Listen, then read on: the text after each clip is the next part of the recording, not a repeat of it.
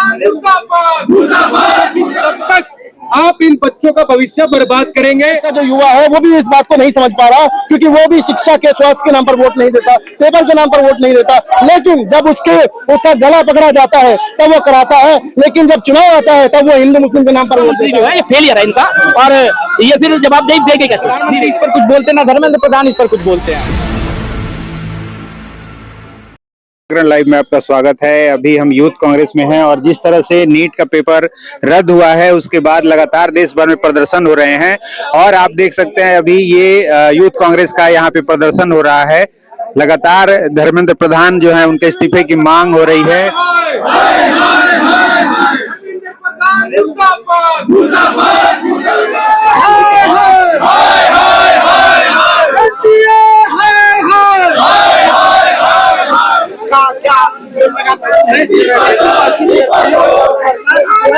नाराजगी है।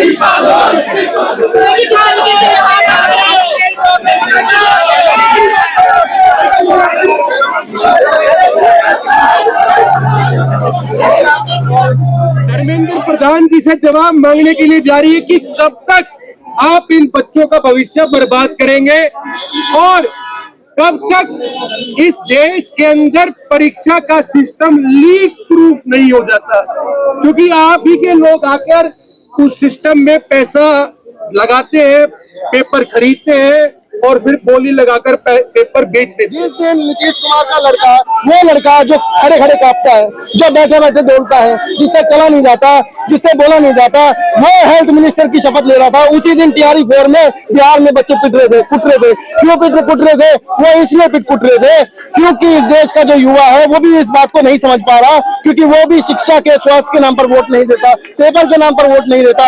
लेकिन जब उसका गला पकड़ा जाता है तब वो कराता है, लेकिन जब चुनाव आता है तब वो हिंदू मुस्लिम के नाम पर वोट देता है। मैं गुजारिश करना चाहता हूँ अपने तमाम यूथ के लोगों को, नौजवानों को, बच्चों को, कि ये मंदिर मस्जिद आपको रोटी दिलाने वाले नहीं है, रोजगार दिलाने वाले नहीं है। आपको समझना पड़ेगा कि शिक्षा, स्वास्थ्य, रोजगार, आपका पेपर ही आपका भविष्य बनाएगा। तो जब भी ये नेता आपको बरगलाने के लिए आते हैं कि चलो संभल की मस्जिद खोदे, चलो बाबर को जगाए, चलो औरंगजेब की मस्जिद खोदे, कब्र खोदे, इस प्रकार के जो मुद्दे होते हैं वो तमाम भटकाने वाले होते हैं और इनकी इतनी घटिया राजनीति है। आप देखिए अभी पश्चिम बंगाल में इन्होंने क्या किया।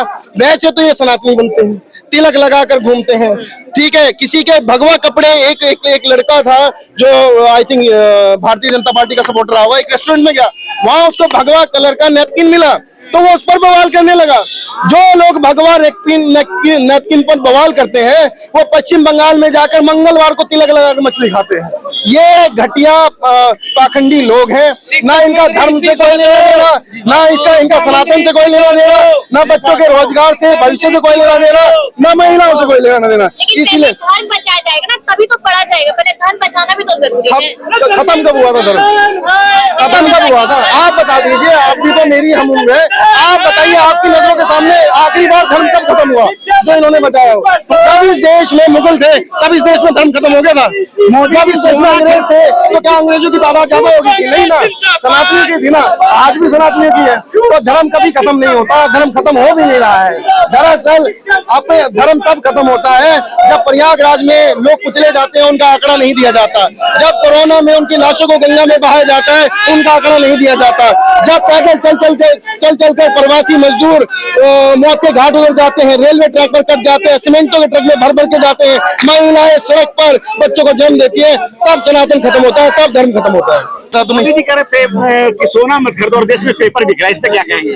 तो वही देखिए, सोना मत खरीदो, विदेश की यात्रा मत करो। हालांकि वो बात अलग है कि विदेश की यात्रा मत करो, लेकिन खुद 15 तारीख को 5 देशों की विदेशी यात्रा पर जा रहे हैं यूरोप में। आप बोलेंगे तो नाम भी बता दूंगा, जिसमें से इटली भी है और यूरोप के नीदरलैंड और स्वीडन भी है। तो इन्होंने ये भी कहा था कि आप पेट्रोल डीजल बचाएं।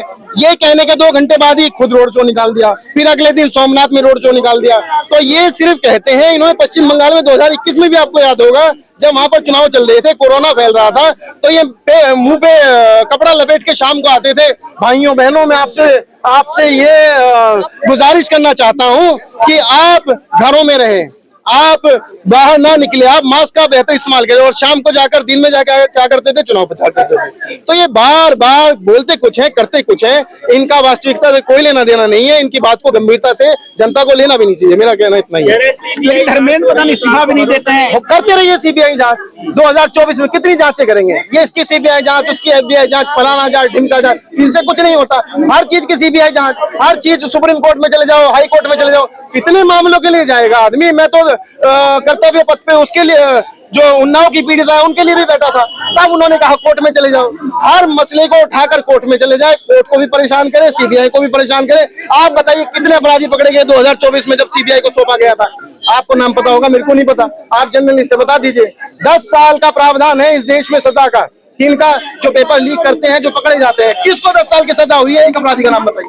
नहीं हुई ना। ये सब दिखाने वाली चीजें हैं, बताने वाली चीजें हैं, कहने वाली चीजें हैं, वास्तविकता में कुछ और चीजें हैं, क्योंकि इन्हीं के लोग मिले हुए हैं। ये कह रहे दोबारा से एग्जाम कराएंगे और बिल्कुल बहुत कराते रहिए दोबारा से एग्जाम। में वही कहता हूँ कि होता क्या है कि मान लीजिए आज आपने एग्जाम दिया, ये कहा जाता है ना बोलचाल की भाषा में कि आज मेरा दिन था, आज मेरा दिन नहीं था। जो उस दिन जिस बच्चे का दिन था, क्या आपको लगता है अगले दिन भी होगा? क्या अगले दिन वो पास कर पाएगा? सेम क्वेश्चन अगर आप दोबारा किसी को देंगे तो वो भी कमाएंगे तो समझेगा कुछ नहीं। जब रेल मंत्री पैसा कमाएगा तो फिर उसमें रेल मंत्रालय समझेगा कहाँ से? अब शिक्षा मंत्री, अब एक बात बताइए, आज जेडीयू का कार्यकर्ता है, एक बीजेपी के नेता का नाम इसमें आ रहा है, जब इन्हीं के लोग जिनकी फैक्ट्री में पेपर छपा, एनटीए को छोटी संस्था नहीं है, 250 करोड़ रुपए लेकर इस पेपर को कराने के लिए एनटीए तैयार थी। तो ये शिक्षा मंत्री जो है ये फेलियर है इनका, और ये फिर जवाबदेही देंगे कैसे? नहीं देंगे जवाबदेही। जैसे बच्चों को एक से ज्यादा अटेम्प्ट मिलते हैं, तो क्या अब एनटीए को भी ज्यादा अटेम्प्ट चाहिए एग्जाम करवाने के? किसी एक एग्जाम को 22,71,000 लोगों ने, बच्चों ने ये फॉर्म भरा था, और इस फॉर्म की टोटल कीमत जो एनटीए को दी है वो 250 करोड़ रुपए दी है। अब ये कहते हैं कि हम बिना फॉर्म भराए, बिना पैसे लिए हम इनका एग्जाम दोबारा करा देंगे। आपने देखा होगा पहले जितने भी एग्जाम पेपर लीक हुए और बाद में एग्जाम हुए वो बहुत ही टफ एग्जाम हुए हैं। आज जिस तरह से बच्चा तैयारी करके बैठा हुआ था अपने एग्जाम की, अपने पास होने के लिए तैयार बैठा था, वो अपने पूरी तैयारी की थी, वो आज उससे भटक चुका है। आज उसको दर्द है, आज वो तड़प रहा है कि मैंने जिस तरह की तैयारी की थी, अब की बार मेरा नंबर आया था और पेपर लीक हो गया। तो आप समझ सकते हैं अभी देश के अंदर मैं बता रहा हूँ घटनाएं होंगी, बच्चे आत्महत्या तक बच्चे करेंगे जो घटनाएं आएंगी। एक चीज, दूसरी चीज, कुछ ऐसे बच्चे हैं जिनके माँ बाप को 500 रुपए बहुत बड़ी बात है, जो 500 रुपए जमा नहीं कर सकते, खाने के लिए पैसे नहीं है, वो कैसे कर्ज पानी करके अपने बच्चे का फॉर्म भरवाते हैं। 1700 रुपए का फॉर्म होता है और फिर अपने बच्चे को इस पेपर के लिए तैयार करते हैं। आज उस माँ बाप के मन पे क्या बीत रही होगी? ऐसा भी हो सकता है कि वो माँ बाप अपने बच्चे की कामयाब ना होने के कारण वो आत्महत्या कर ले, तो उसका जिम्मेदार कौन होगा? धर्मेंद्र प्रधान जिम्मेवारी लेंगे या नरेंद्र मोदी जिम्मेवारी लेंगे? जवाब देंगे नहीं ना वो। अभी आपके माध्यम से मुझे पता चला है, मैंने देखा नहीं है, वो कह रहे हैं कि हमने कभी भी जवाबों से नहीं भागते, जवाबों से भाग रहे हैं। जिस फैक्ट्री में ये पेपर छपा है उसी फैक्ट्री के अंदर उसी फैक्ट्री से चोरी हुआ है। और मजे की बात ये है, आप मीडिया बंधुओं के माध्यम से बता दूं कि ये जब लीक हुआ पेपर तो एनटीए को नहीं पता, स्टूडेंट के माध्यम से उन्हें बताया गया कि ये पेपर लीक हो चुका है। कितनी मजे की बात है। जो संस्था बच्चा पेपर देने जाता है तो उसकी जेब भी काट देती है कि जेब नहीं देगा, घड़ी नहीं पहनने देती, जूते नहीं पहनने देती, खाली लोअर और टी शर्ट में बच्चे को बुलाते हैं जिस तरह की। और जो जितना भी वहाँ पे तंत्र है जो जैमर वैमर लगा के फिट रखते हैं ताकि वो नकल न करे, उस एजेंसी को ये नहीं पता कि तुम्हारा पेपर लीक हो चुका है। लगातार 2016 से लेकर 10 सालों में 4 बार पेपर लीक हुआ है। क्या कहेंगे भैया? क्या बोला आपने? 2016 से लेकर 2026 तक 4-5 बार पेपर लीक होती है। आपके पास जानकारी कम है। ये नीट का ही तो 89 बार पेपर लीक हुआ है। कैसी बात कर रहे हैं? ये सरकार नहीं, ये पेपर लीक की इस पर कुछ बोलते ना धर्मेंद्र प्रधान इस पर कुछ बोलते हैं। देश हित में चुप हो जाना चाहिए कभी-कभी आपको। अच्छा, देश हित में हमें चुप हो जाना चाहिए इस वजह से कि इतने बच्चों के भविष्य के साथ खिलवाड़ कर ले और आप लोग दलाली करने में व्यस्त हो जाए हैं। चौथा स्तंभ जिसे हम बोलते हैं, जिसे मीडिया बोलते हैं, आज वो मोदी की गुलामी कर रही है। तो ये मीडिया है या मोदिया? पहले आप मुझे ये बता दीजिए। 90 बार पेपर लीक हुआ है, किसकी गलती मानते हैं आप इस पेपर? जी, पूरी तरीके से सरकार की गलती है, पूरी तरीके से धर्मेंद्र प्रधान शिक्षा मंत्री की गलती है। और हमारी यूथ कांग्रेस की सिर्फ एक ही मांग है कि जल्दी से जल्दी इस्तीफा दें, बस।